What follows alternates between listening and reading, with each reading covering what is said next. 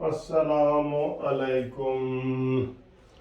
میں نظام نہیں چلنے دوں گا، میں ملک کا نظام نہیں چلنے دوں گا۔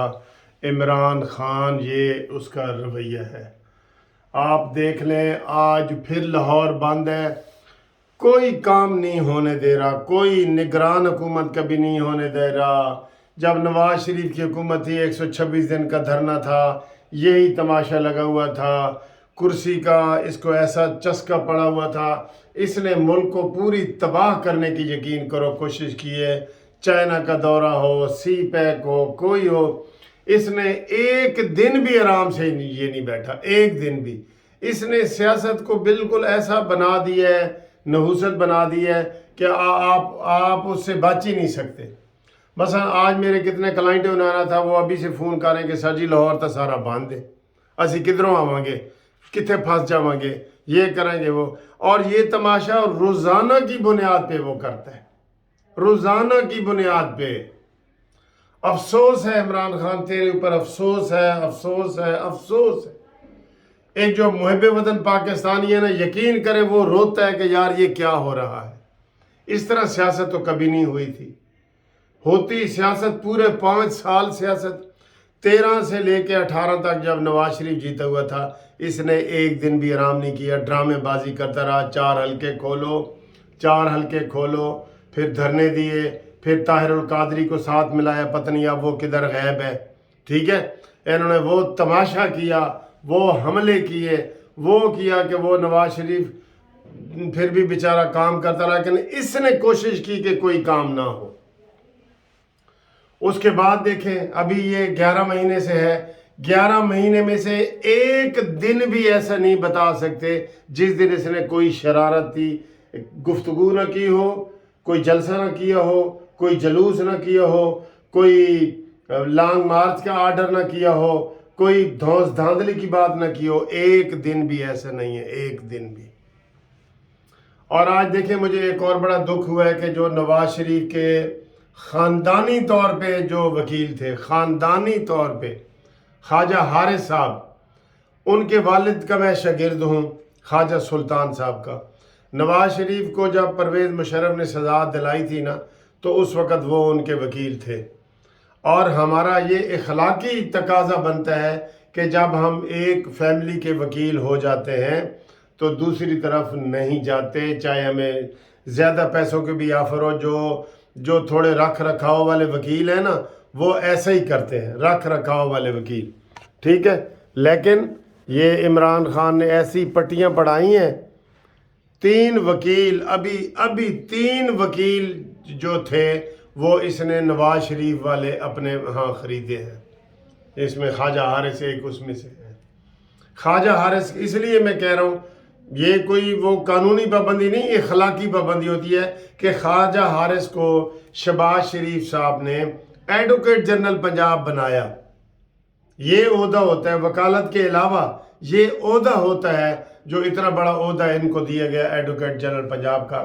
آج وہ عمران خان کی طرف سے الیکشن کمیشن میں پیش ہوا ہے کہ میں نے تو جی سارا کیس ابھی اسٹڈی کرنا ہے، مجھے ٹائم دیا جائے، مجھے نوٹس دیے جائیں، مجھے کاغذات دیے جائیں۔ حد ہو گئی ہے یار۔ پھر ایک عدالت نے 12:15 بجے تک کا فیصلہ محفوظ کر کے رکھا ہے، دوسری عدالت نے 3:15 بجے، اور عمران خان نے نہیں جانا۔ اور یہ عدالتیں اپنا مذاق خود اڑوا رہی ہیں عمران کے ہاتھوں۔ اس نے ادارے تباہ کیے ہیں نا، عدالتوں کا بھی ادارہ اس نے ایسے تباہ کر دیا ہے۔ ہر روز کہہ دیتا ہے کہ میں نے ایک پیشی دیو، میں اگلی پیشی دیاواں گا، اگلی پیشی دیاواں گا۔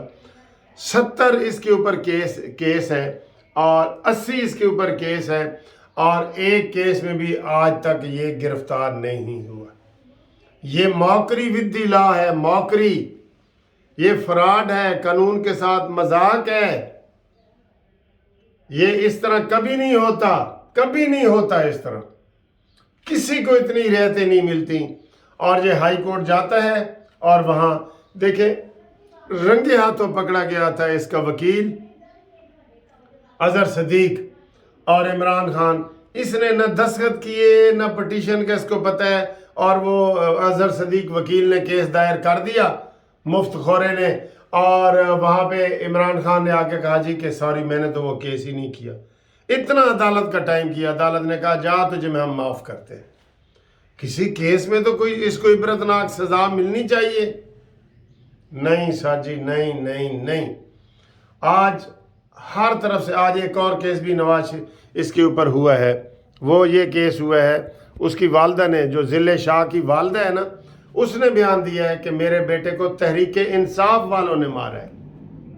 سن رہے ہیں نا کال کا آپ؟ اس نے کہا جی میرے بیٹے کو مارنے والے تحریک انصاف والے ہیں، انہوں نے جرم کو چھپایا ہے۔ اس میں یاسمین راشد شامل ہے، اس میں یہ جو میاں محمود الرشید ہے وہ شامل ہے، اس میں عمران خان شامل ہے، اس میں راجہ شکیل شامل ہے، جنہوں نے نشان مٹائے ہیں، ڈالا چھپایا ہے، خون آلود ڈالا چھپایا ہے جو برآمد ہوا ہے۔ یہ کیس آج ہوا ہے اس کے اوپر۔ لیکن سر جی جتنے مرضی تم 80 کی بجائے 81 ہو گئے نا، وہ سینچری پوری کرے گا، جو بھی کرے گا اس کو گرفتار تو کوئی نہیں کر سکتا۔ نگران حکومت کو بھی وہ تانے مینے مار رہا ہے، اس کو زرداری کا بچہ کہہ رہا ہے، کبھی کیا کہہ رہا ہے۔ تو آج بڑا اچھا موقع ہے، اس کو پکڑو۔ جب اس کو پکڑو، پکڑ کے سارے کیس اس کے اوپر ڈالو۔ اس کے اوپر یہ ڈان ہے، ڈان، یہ عام عمران نہیں ہے، یہ ڈان ہے، ڈان۔